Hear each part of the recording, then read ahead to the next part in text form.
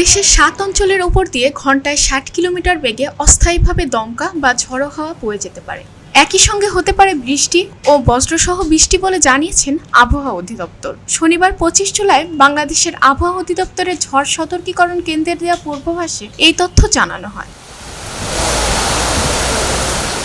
পূর্বাভাসে বলা হয়, আজ দুপুর ১টা পর্যন্ত খুলনা, বরিশাল, পটুয়াখালী, নোয়াখালী, কুমিল্লা, চট্টগ্রাম ও কক্সবাজার অঞ্চলের উপর দিয়ে দক্ষিণ বা দক্ষিণ পূর্ব দিক থেকে ঘন্টায় ৪৫ থেকে ৬০ কিলোমিটার বেগে অস্থায়ী দমকা ঝড়ো হাওয়া বয়ে যেতে পারে। এসব এলাকায় বৃষ্টি বা বজ্রসহ বৃষ্টির সম্ভাবনাও রয়েছে। তাই এসব অঞ্চলের নদীবন্দরগুলোকে ১ নম্বর সতর্ক সংকেত দেখাতে বলা হয়েছে।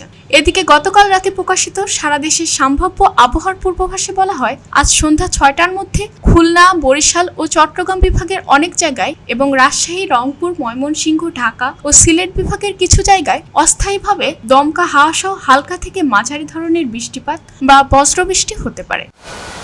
খুলনা, বরিশাল ও চট্টগ্রাম বিভাগের মাঝারি ধরনের বৃষ্টি থেকে ভারী বর্ষণ হতে পারে। একই সঙ্গে সারা দেশে দিন ও রাতের তাপমাত্রা সামান্য বাড়তে পারে বলে জানিয়েছে সংস্থাটি।